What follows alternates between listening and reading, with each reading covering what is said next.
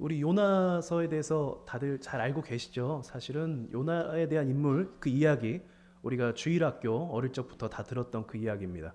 제가 잠깐 이제 오늘 4장 마무리하면서 요약을 하자면 요나라는 선지자가 하나님께 부름을 받았습니다. 하나님께 부름받은 선지자들은 여태까지 하나님 말씀에 순종해서 하나님의 말씀을 대언하는 역할을 맡았습니다. 그러니까 하나님의 말씀을 받고 그걸 그대로 전달하는 것입니다. 우리 한번 상상해 봤으면 좋겠습니다.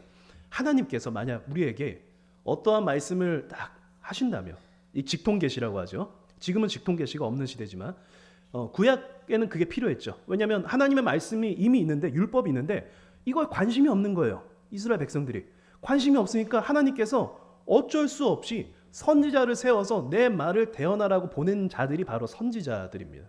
그렇다면 선지자들이 말씀을 받을 때 그냥 이 감각적인 걸로 받았을까요? 아니죠. 명확하게 하나님께서 환상을 보여주시거나 명확하게 이야기를 해주셔서 그 명령을 받아서 나아가는 겁니다. 선지자들은 아무나 선지자로 선택받을 수가 없습니다. 그때 당시에 거짓 선지자도 많았죠. 분명히 하나님께서는 이 민족을 심판할 거야 라고 하시는데 어떤 선지자는 아니야, 우린 잘 될 거야 라고 하면서 거짓 선지자 역할을 하는 사람도 굉장히 많았습니다. 그러니까 기본적으로 선지자라는 사람들은 하나님 앞에 아주 어떤 사람들이다? 충성된 사람들이다 라고 볼 수가 있습니다. 하나님의 명령을 직접 받을 정도로. 그랬던 요나가 어디로 갔습니까? 다시스로 가서 니느웨에게 가서 복음의 메시지를 전해라. 복음의 메시지는 정확하게 아니죠. 심판의 메시지를 전해라. 그들이 회개하게끔 해라 라고 했는데 어디로 갔습니까? 정반대 지역인 다시스로 도망가다가 잡혀서 물고기 뱃속에 3일 동안 있고 회개한 다음에 이제 돌이켜서 니느웨로 가서 회개의 말씀을 전하고, 그들이 오늘 본문 가운데 어떻게 했습니까? 3장 말씀이죠. 3장 가운데 그들이 회개하고, 그리고 오늘은 4장 말씀에서는 이제 요나와 하나님과의 그 관계 속에서의 대화가 이루어지는 것입니다.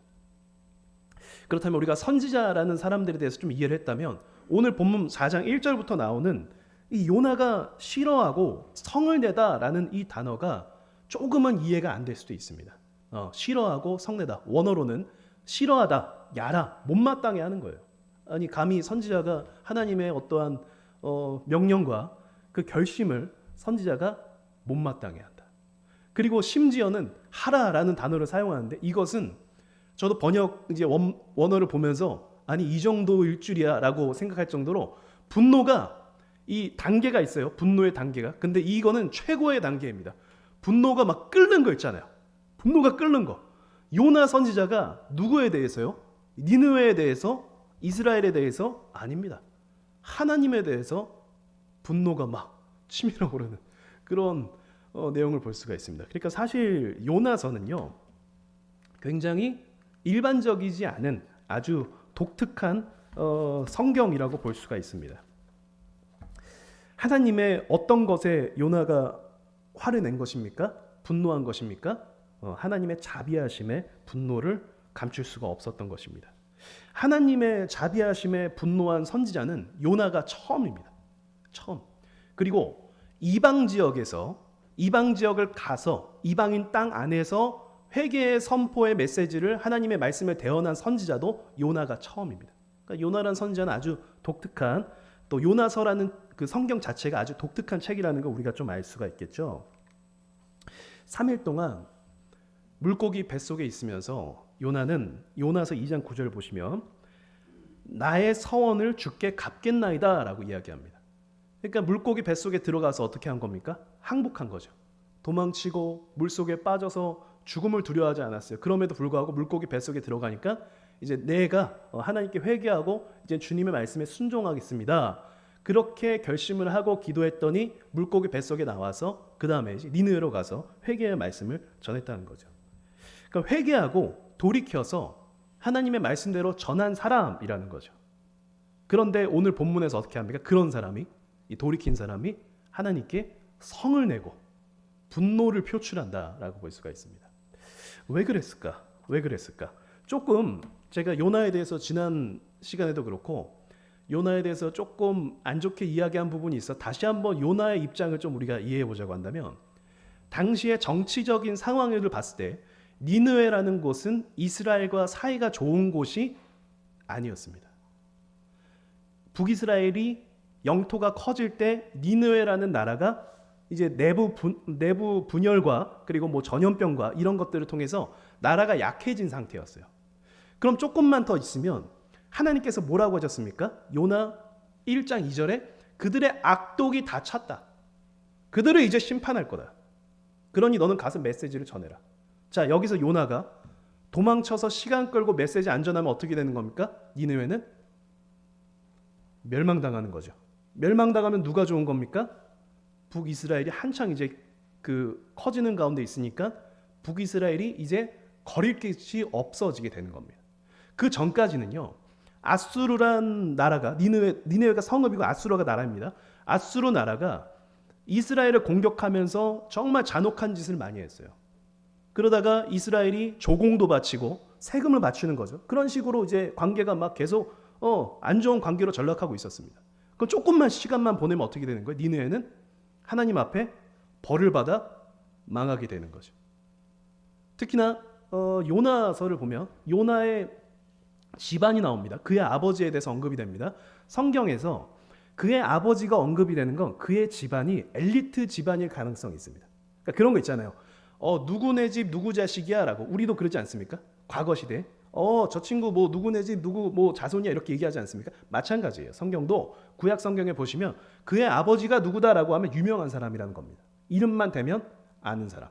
그러니까 이 요나라는 선지자는 당시에 북이스라엘 왕 옆에서 하나님의 말씀을 대언했던 선지자였고, 정치적으로 깊은 관여 관계에 있었을 수도 있었고, 그 가운데서 니느웨란 나라가 회복되면 된다 안 된다? 안 되는 겁니다. 근데 놀랍게도 우리 주님께서는 니느웨가 회개하기를 원하신다 원하지 않으신다? 원하신다는 거죠. 참 역설적이지 않습니까? 하나님께서 이스라엘만 사랑하는 것처럼 보일 수도 있겠지만 성경 전체를 놓고 보면 결코 그렇지 않다는 것입니다. 그래서 이 부분을 요나 선지자는 이 부분을 알았기 때문에 하나님의 명령 정반대인 다시스로 도망쳤던 것입니다. 그리고 그들에게 무엇이 있었습니까? 선민 사상이 있었습니다. 우리는 특별해. 근데 이 특별함을요, 정말 이스라엘 백성들은 자부심을 가질만 해요. 세상의 어떤 신이 광야에서 40년 동안 만나로 먹이시고 메추라기로 먹이시고 불과 구름 기둥으로 그들을 계속 보호하십니다. 전쟁에 나가면 이기게 하세요. 심지어는 이제 때가 차서 여리고성에 진입했는데 여리고성은 성벽이 2개입니다. 성벽이 하나가 있으면 또 성벽이 있어요. 공략할 수 없는 성이에요. 근데 이스라엘 백성들은 그 성을 어떻게 무너뜨렸습니까? 하나님께 순종해서 그냥 돌기만 했는데 그 성이 무너졌습니다. 7일 만에. 이스라엘 백성들은 프라이드를 가질만해요. 자부심을 가질만해요. 하나님께서 그들을 계속 승리하게 하시고 그들을 계속 이끌어 가시고 놀라운 기적과 일들을 계속 행하셨거든요. 심지어는 여리고성에 들어갈 때쯤에 이미 광야에서 40년 시간 보냈잖아요. 그럼 40년 전에 어떤 일이 있었습니까? 출애굽할 당시였죠. 그럼 출애굽할 당시에 40년 전에 이집트에서는 10가지 재앙으로 하나님께서 그들을 완전히 벌하시는 내용도 나옵니다. 그걸 여리고성 사람들이 기억을 합니다. 그래서 그 메시지를 듣고 회개한 여인이 누굽니까? 기생 라합이죠. 하나님의 이 파워, 하나님의 권능은 그 시대의 많은 민족들에게 이미 알려져 있었다. 이스라엘 백성들이 얼마나 자부심을 가질만해요. 우리 이런 민족이야. 우리 이런 사람들이야. 솔로몬 왕조 때는 엄청났죠. 모든 세상의 모든 금과 은을 다 모을 정도로 엄청난 부유해진 나라였습니다. 우리는 특별해. 우리는 하나님의 민족들이야. 그러나 하나님께서는 요나에게 니느웨로 가서 그들이 회개하게끔 메시지를 전하라 라고 말씀하신 겁니다. 그러니까 요나의 마음이 좀 이해가 되시죠? 요나가 왜 그렇게 도망치려고 했고 왜 그렇게 싫어했는지. 그러나 요나는 한 가지를 놓치고 있었습니다. 출애굽기 19장 5장 6절에 이런 말씀이 있습니다. 세계가 다 내게 속하였나니 너희가 내 말을 잘 듣고 내 언약을 지키면 너희는 모든 민족 중에서 내 소유가 되겠고 너희가 내게 대하여 제사장 나라가 되며 거룩한 백성이 되리라. 너는 이 말을 이스라엘 자손에게 전할지니라. 방금 전에 뭐라고 말씀하셨습니까? 세계가 다 내게 속하였다. 하나님께서 이렇게 말씀하신 거예요. 그리고 너희는 어떤 나라가 되어라? 제사장 나라가 되어라. 제사장의 역할은 무엇입니까? 하나님께 나아오는 자에 대해서 그가 제사장 역할로 하나님께로 인도하는 역할을 해주는 거죠. 하나님께 나오는 데 있어서 그 중간 역할을 하는 겁니다. 지금 우리의 대제사장은 누구십니까? 예수님이시죠. 예수님께서 대제사장이 되십니다. 그리고 베드로전서에 우리에게 뭐라고 합니까? 너희는 제사장이라고 우리를 또 이야기합니다. 그러니까 사실 이스라엘 백성들은 당시에 우린 특별해. 우린 하나님의 백성이야.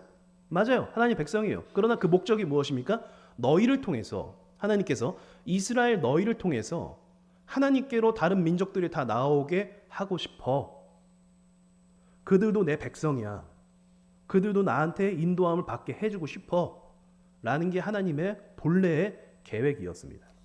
지도를 보시면 기가 막힙니다. 하나님께서 이스라엘만 사랑하셨으면 이 지도 가운데 어디에 두는 게 가장 유리했을까요? 좀 안전한 거, 그죠? 이집트 같이. 이집트 같은 저렇게 다 이집트가 왕조가 굉장히 길잖아요. 그 외세의 침략을 받아서 뭐 이렇게 역사가 다 없어진 적이 없잖아요.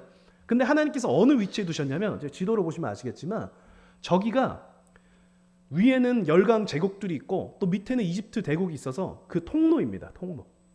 그러니까 이집트는 바벨론으로 쳐들어가려면 저 이스라엘 통로를 지나쳐야 되고 또 위에는 열강과 아수르가 바벨론이 또 이집트를 점령하려면 이 길을 또 지나가야 되는 거예요.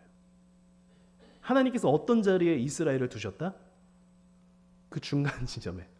교차로 같은 그 중간에. 그래서 하나님께 순종하지 않는 이스라엘이 멸망할 수밖에 없었던 건 이 열강에 둘러싸여서 오히려 이 복음의 역할을 해야 되는데 어떤 역할을 하나? 조공을 바치고 망하고 이렇게 공격을 당하고 그런 위치에 서게 됐다는 것입니다.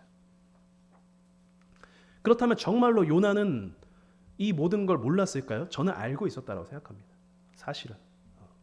그때 당시에 유대인들은 성경을 외웠죠. 사실은. 그냥 성경을 보지 않고도 막 말할 정도로 외우는 사람들이었습니다. 선지자라고 하면 뭐 더 말할 것도 없죠. 그래서 하나님의 이 은혜와 자비와 인내까지도 알고 있었습니다. 그래서 오늘 본문에서 요나 선지자가 니느웨가 회개한 것을 보고 하나님께서 용서하신 거 보고 이렇게 이야기하지 않습니까? 주님은 은혜가 많으시고 자비하시고 오래 참으시고 인내하신 분이라 이럴 줄 알았습니다 라고 불평을 하는 겁니다. 그 화가 나는 거죠. 니느웨를 용서하실 걸 알고 있었기 때문에 더 불평하는 것이다. 우리가 이 내용을 봐도 특이하긴 합니다. 독특하긴 합니다. 보통 성경에서 하나님께 불평하는 자들이 간혹 나와요. 하나님께 이 상황이나 이런 어려움에 처해서 주님 내가 왜 이렇습니까? 내가 왜 이렇게 힘듭니까? 왜 우리가 이런 일을 당해야 됩니까? 라고 불평과 원망을 하긴 합니다. 모세도 하였고 또 몇몇 선지자도 하였고 예레미야도 했고. 그러나 하나님께서 누군가를 용서하셨다라는 이야기를 듣고 불평한 선지자는 요나가 처음이다라는 걸 볼 수가 있습니다. 그럼 이걸 통해서 우리는 어떤 걸 생각할 수 있을까요? 이 요나의 모습을 통해서 단순히 이 요나가 고집쟁이, 요나 못 말려 이 정도로만 해야 될까요? 요나는 이런 말을 합니다. 내 생명을 거두어 가소서. 원수 같은 나라가 잘 되는 모습을 볼 바엔 죽는 게 낫겠다라는 기도를 주님께 드린다는 거죠.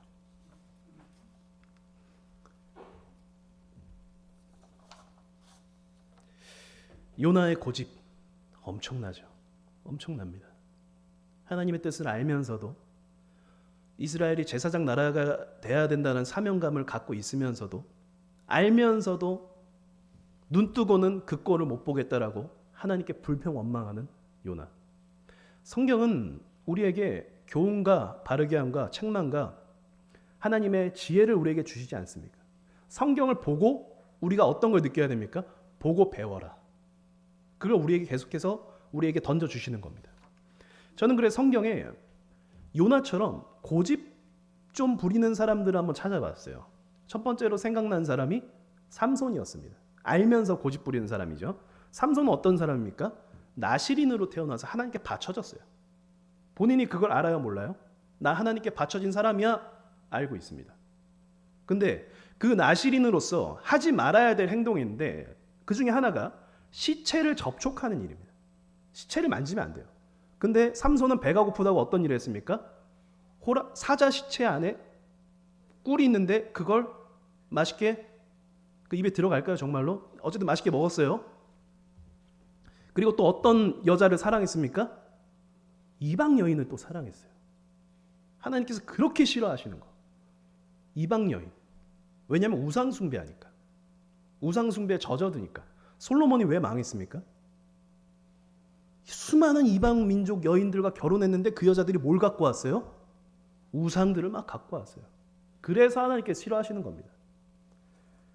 알면서도 충동을 절제하지 못해서 그 끝이 비참했죠, 사실. 두 눈이 뽑히고 조롱당하고. 하지만 마지막까지 사사로서 주님께 쓰임받았던 건 사실입니다. 마지막에 회개했죠. 발람이라는 선지자 아닌 선지자가 나옵니다. 선지자라고 부르고 싶지 않지만 선지자라고 성경에서 기록되어 있습니다. 발람이라는 사람은 어떤 사람입니까? 모압 왕에게 사주를 받아서 돈을 받고 이스라엘을 저주하러 간 사람입니다. 이 사람 역시 하나님의 계시를 받을 줄 아는 사람이었어요. 참 신비로운 인물이거든요, 성경에서. 하나님의 계시를 받을 줄 아는데 돈을 받고 이스라엘을 저주하려고 갑니다. 그래서 나귀를 타고 간 동안 무슨 일이 생깁니까? 주의 천사가 앞을 막고 나귀는 계속 비틀비틀거리죠. 영안이 닫혀버린 거예요. 이 사람은 알면서도 그 길을 계속 갑니다. 주님의 천사가 막았다는 걸 알면서도 또 그 길을 갑니다. 돈 때문에. 충동을 못 이겨서. 또 어떤 사람이 나옵니까? 우리가 잘 아는 사울 왕이 나옵니다. 이스라엘의 초대 왕이죠. 어떤 사람입니까?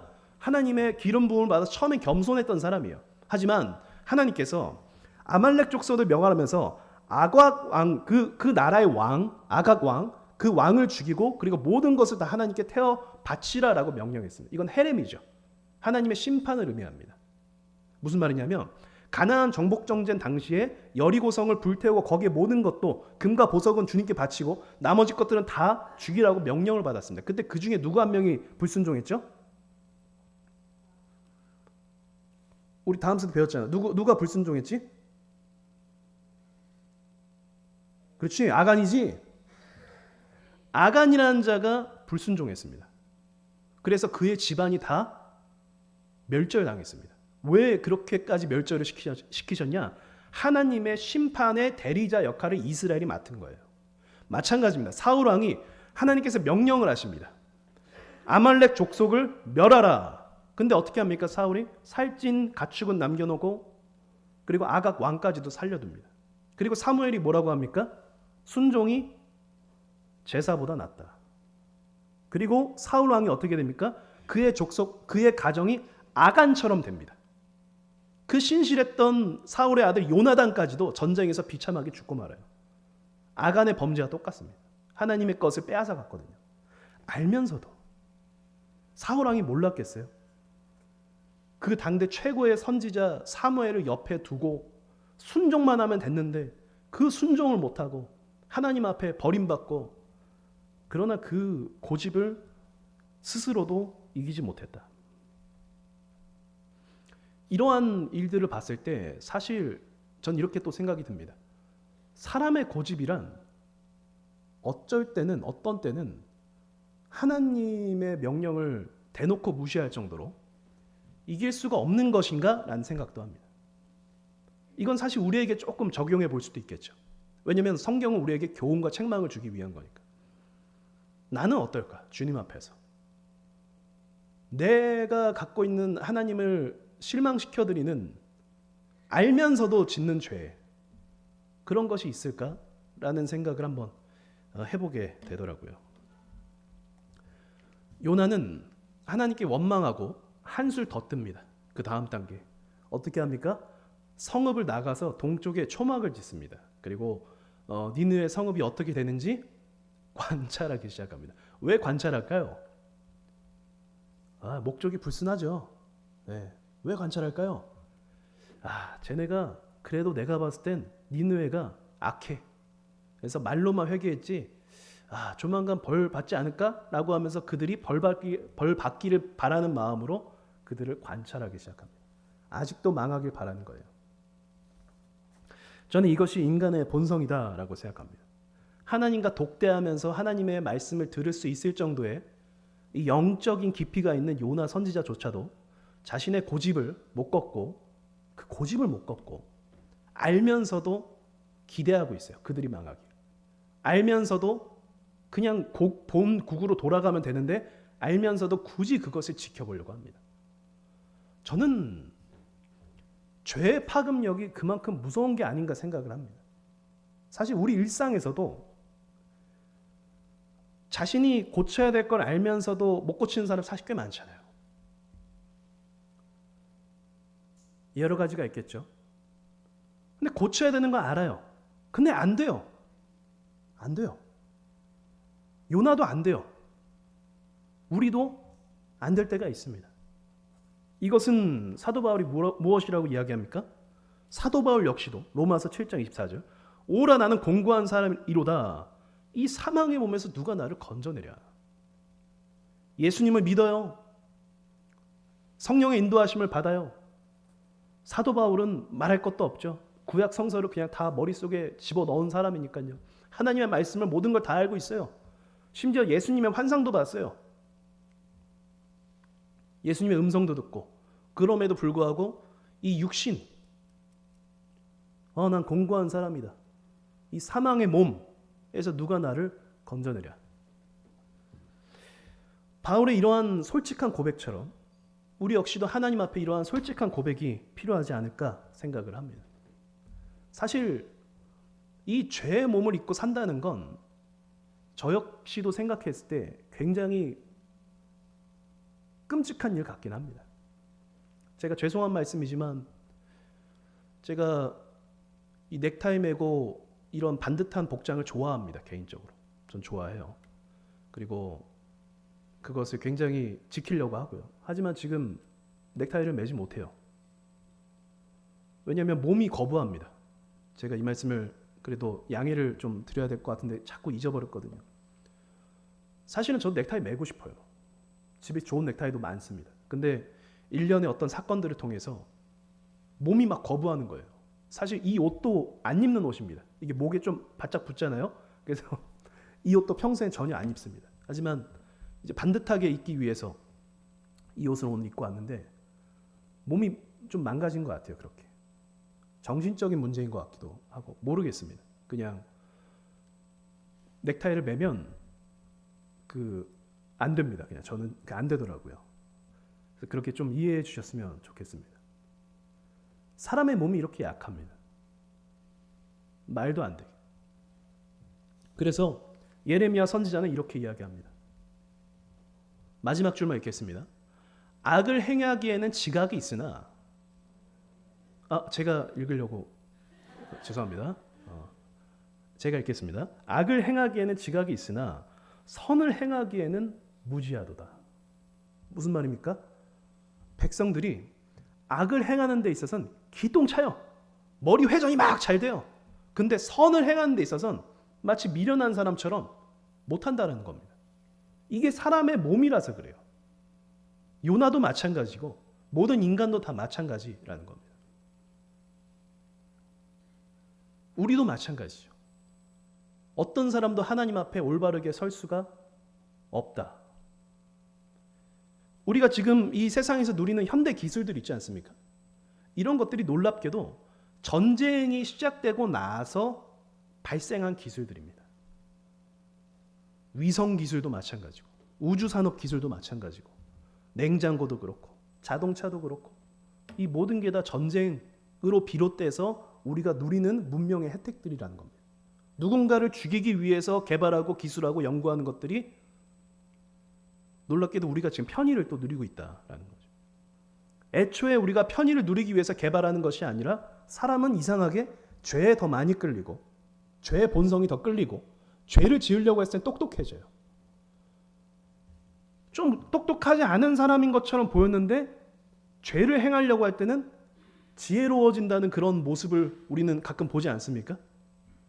그래서 어른들이 이제 자식들에게 우스갯소리로 야, 머리를 거기에 쓰지 말고 저기 한번 써 이런 말씀도 하지 않습니까?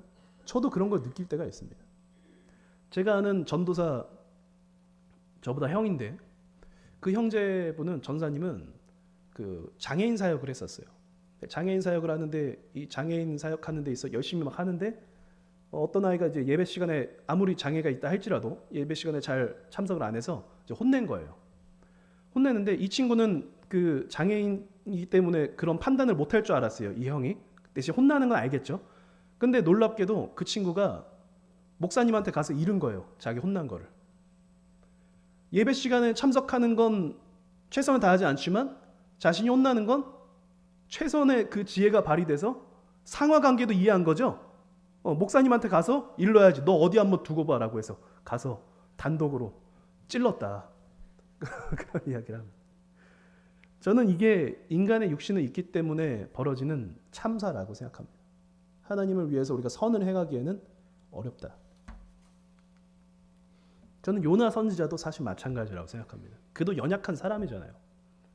하나님의 마음을 알아도 본성이 죄에 이끌려가서 본인들 민족이 더, 자신들의 이스라엘 민족들이 더 복을 받는 걸 원했던 거죠. 그러나 저는 또 이 말씀을 드리고 싶습니다. 우리가 아무리 죄성을 갖고 있다 할지라도 이것을 합리화시키고 여기에 매몰되고 이걸 계속 살아간다면 죽음을 당하게 된다는 것이죠. 1세대 이스라엘 백성들이 출애굽 이후에 하나님께 많은 원망을 했던 걸 기억하실 겁니다. 처음에는 목이 말라요. 근데 목이 마를 만한 상황이긴 해요. 너무 목말라서 어떻게 합니까? 원망을 합니다, 하나님께. 그 다음에는요, 배고파요. 그래서 우리 좀 음식 좀 달라 하면서 차라리 이집트에 있을 때가 나았다 이렇게 말하면서, 괘씸하게도 그렇게 말하면서 하나님께 원망을 합니다. 원망이 쌓이고 또 원망이 쌓여서 결국은 가나안 땅을 주님께서 보여주셨는데 12정탐꾼의 이야기를 듣고 어떻게 합니까? 그들 중에 10명의 이야기를 듣고 불평합니다. 또 결국은 어떻게 됐습니까? 불평의 결말은 그들 모두 다 광야에서 죽고 말았습니다. 유다도 불평하는 사람이었죠.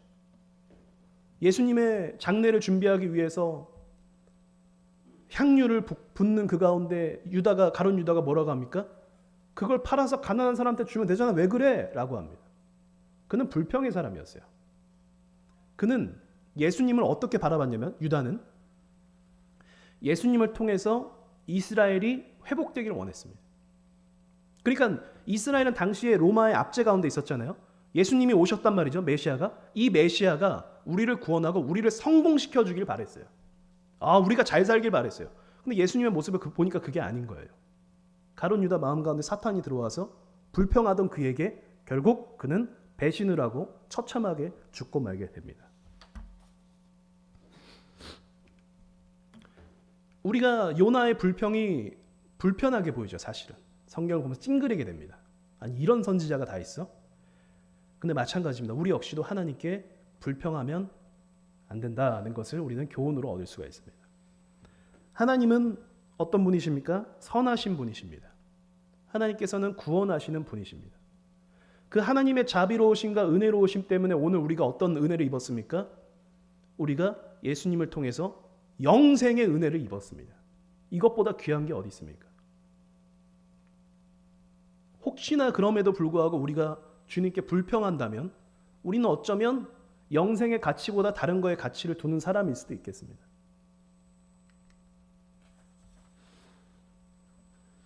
내일이 잘 안 풀리고 상황이 너무 어렵고 힘들 때 우리는 어떻게 해야 됩니까?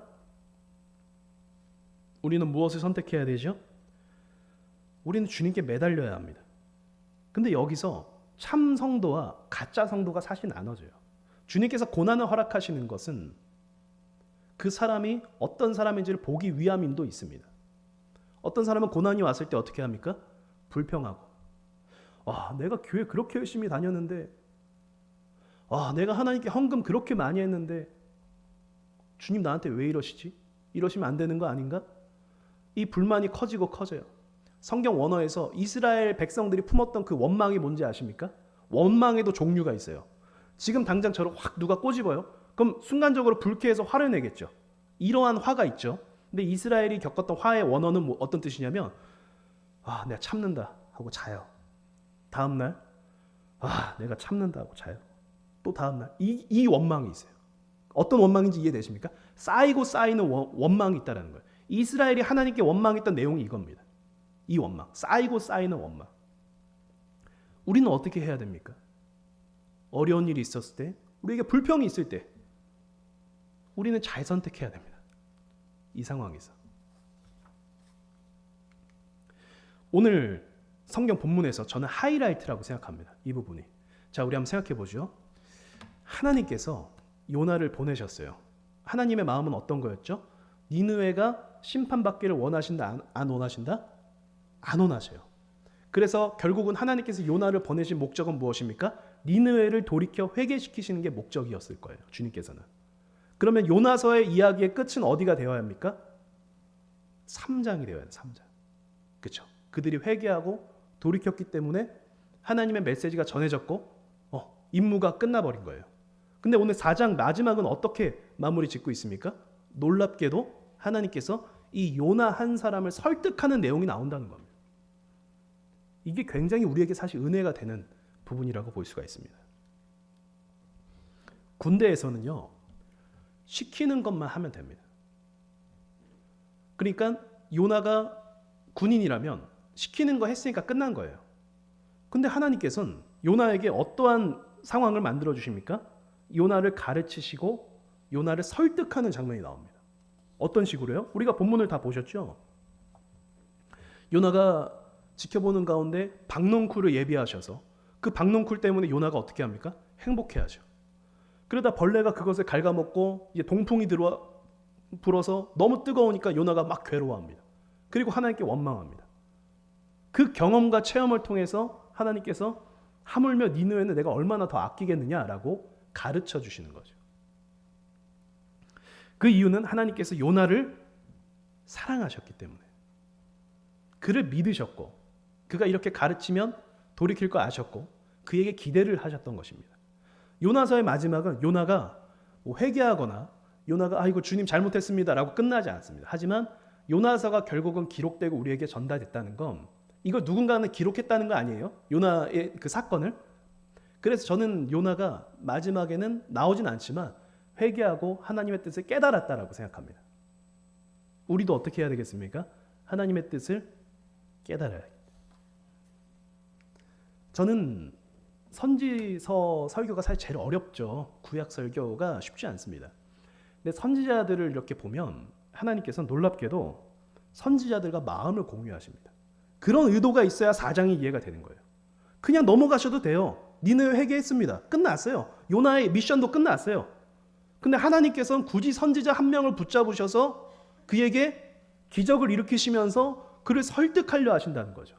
저는 이걸 보면서 성경 전체적인 맥락을 봤을 때 하나님께서는 성도들과 자신이 사랑하는 자들과 이 마음을 공유하신다는 거죠. 그러니까 이미 니느웨가 회개를 해서 주님께서는 기쁘세요. 근데 이 기쁨을 누구랑 나누고 싶은 거예요 또? 말썽꾸러기 요나. 이 말 안 듣는 요나. 이 요나와 이 마음을 공유하고 싶어 하신다는 거죠. 근데 놀랍게도요, 예수님께서도 신약성서에 보시면 이러한 행동들을 하십니다. 구약부터 한번 생각해 보죠. 하나님께서 소돔과 고모라의 죄악을 이미 그들이 죄가 찼기 때문에 그들을 심판하려고 작정을 하셨습니다. 근데 굳이 그들을 심판하시기 전에 아브라함을 찾아가십니다. 그리고 아브라함과 논의를 하죠. 아브라함은 어떻게 합니까? 의인이 10명만 있어도 멸망시키지 않겠다라고 하나님께서 말씀하십니다. 왜 전지전능한 하나님께서 결정하시고 가시면 되시고 심판하시면 되는데 굳이 아브라함과 의논을 하셨을까요? 하나님께서는 이렇게 선지자들과 마음을 나누고 싶어 하십니다. 더 나아가서 우리와도 마음을 나누고 싶어 하세요. 저는 이게 정말 다른 종교들과의 완전 차별된 점. 하나님께서 인격적이시다라는 표현을 하잖아요. 하나님께서 인격적이시다. 정말 인격적이세요. 부모가 자식을 대할 때 너 그냥 공부해. 너 잘했어. 용돈 받아가. 알았어 놀아. 부모는 부모긴 한데 교류가 없고 관심도 없고 마음을 나누지도 않고 결국 그런 부모는 나중에 크면 어떻게 됩니까? 관계가 멀어지죠.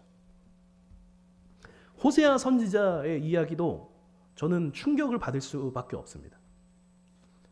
하나님께서 거룩한 선지자에게 음란한 여인하고 결혼을 시키세요. 너는 가서 저기 음란한 여자랑 결혼해라. 그리고 그 음란한 여인이 도망칩니다. 또 세상이 좋아서 너는 가서 돈을 지불해서 그 여인을 데리고 와라. 호세아 선지자가 어떻게 합니까?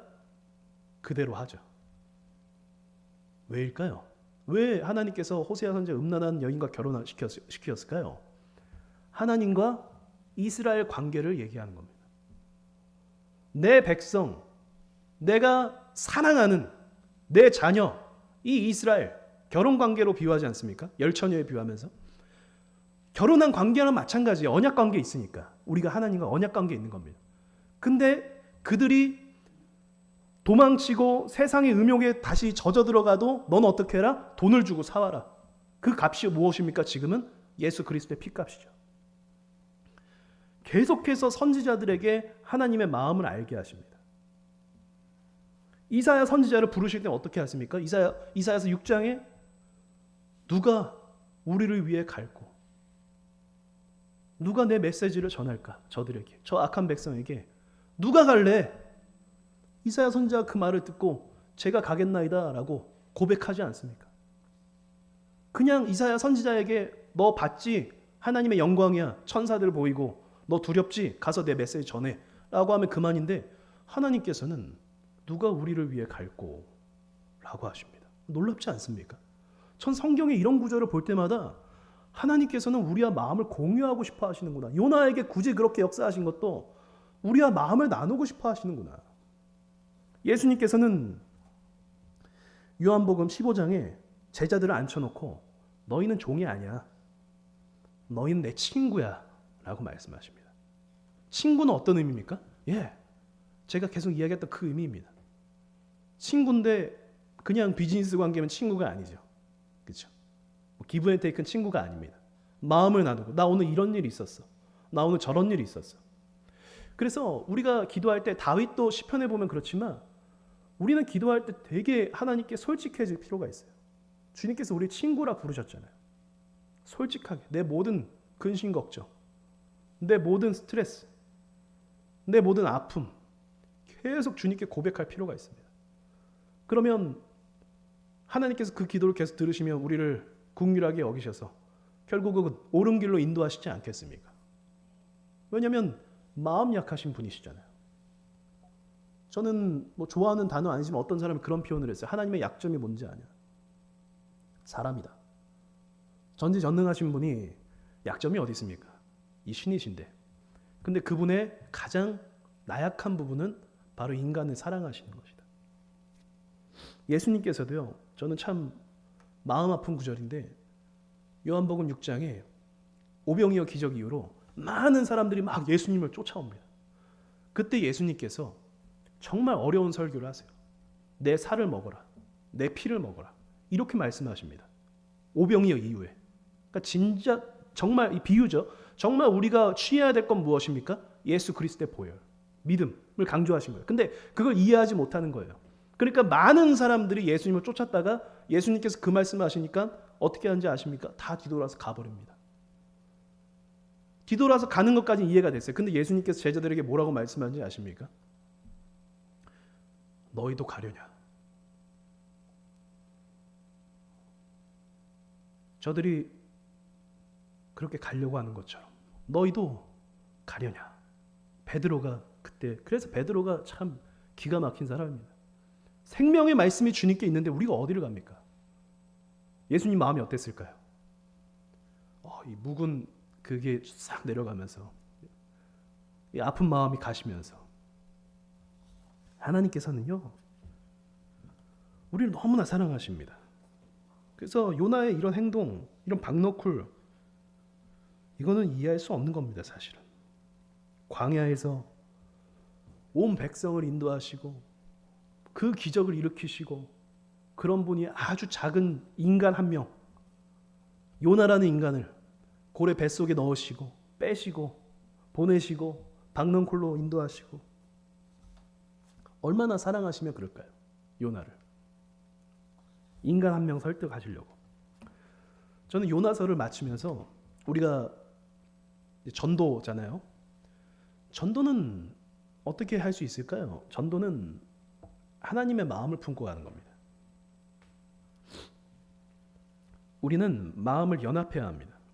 하나님과. 그리고 단순한 순종이 끝이 아니라 하나님의 마음을 알고 나아가야 합니다.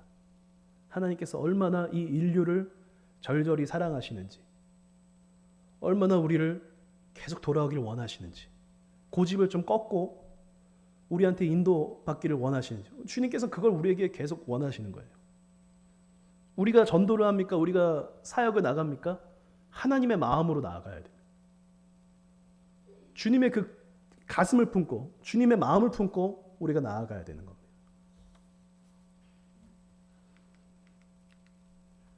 로마서 2장 29절에 오직 이면적 유대인이며 할례는 마음에 할지니.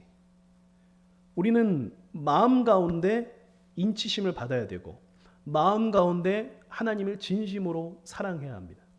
그게 우리가 가야 할 길, 나아가야 할 길입니다.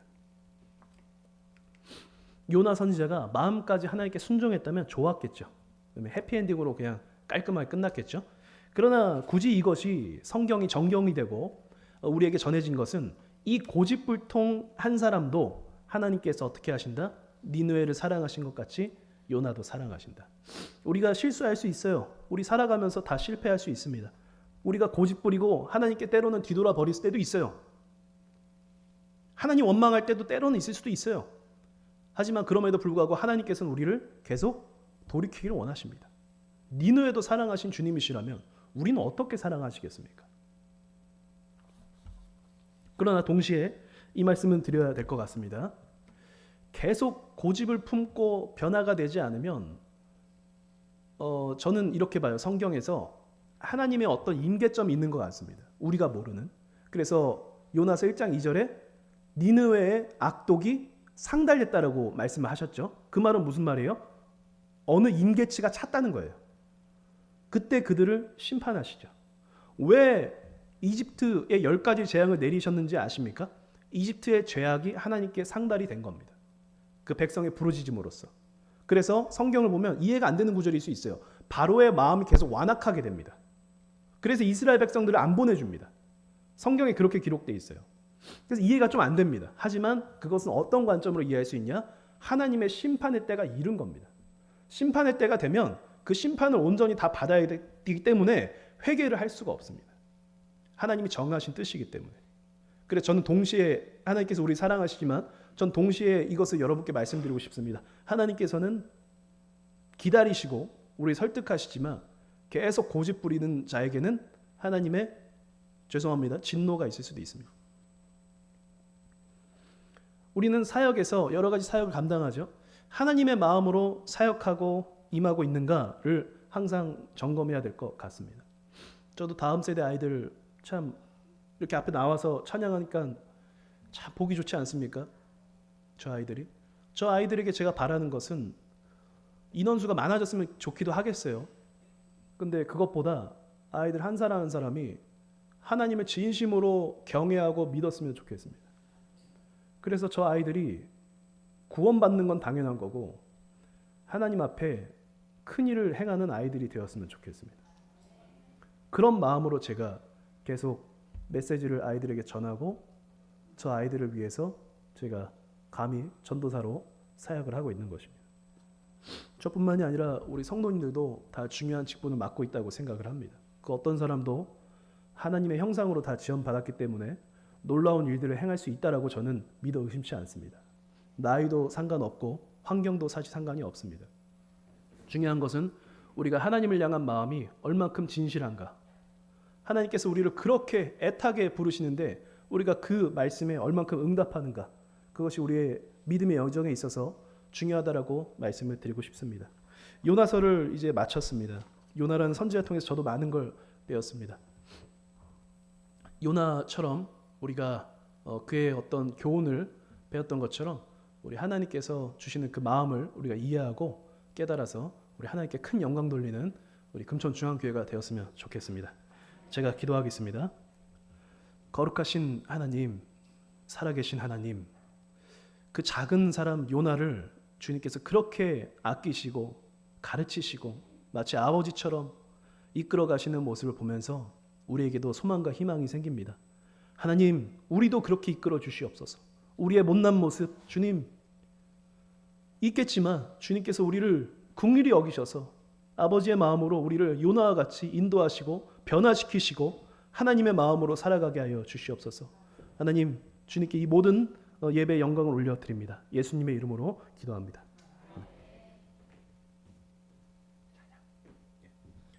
우리 찬양하겠습니다. 주님 마음 내게 주소서.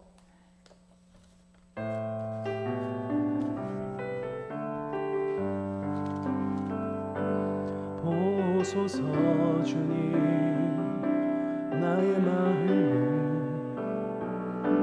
선한 것 하나 없습니다. 그러나 내 모든 것 주께 드립니다.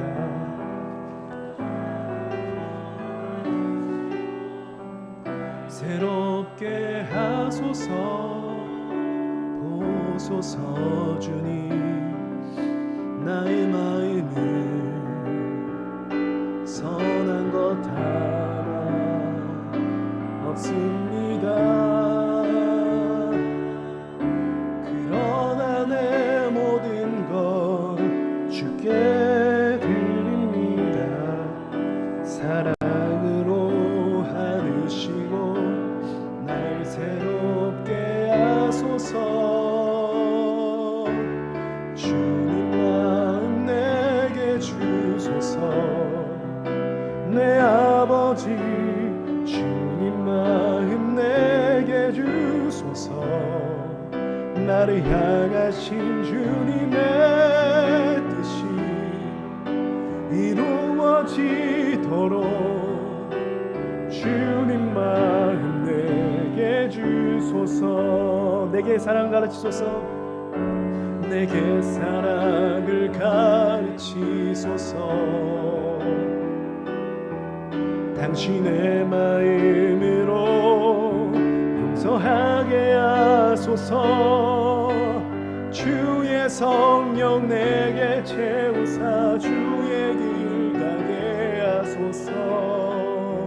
주님 당신 마음 주소서. 주님 마음 내게 주소서. 주님 마음 내게 주소서. 주님 마음 내게 주소서.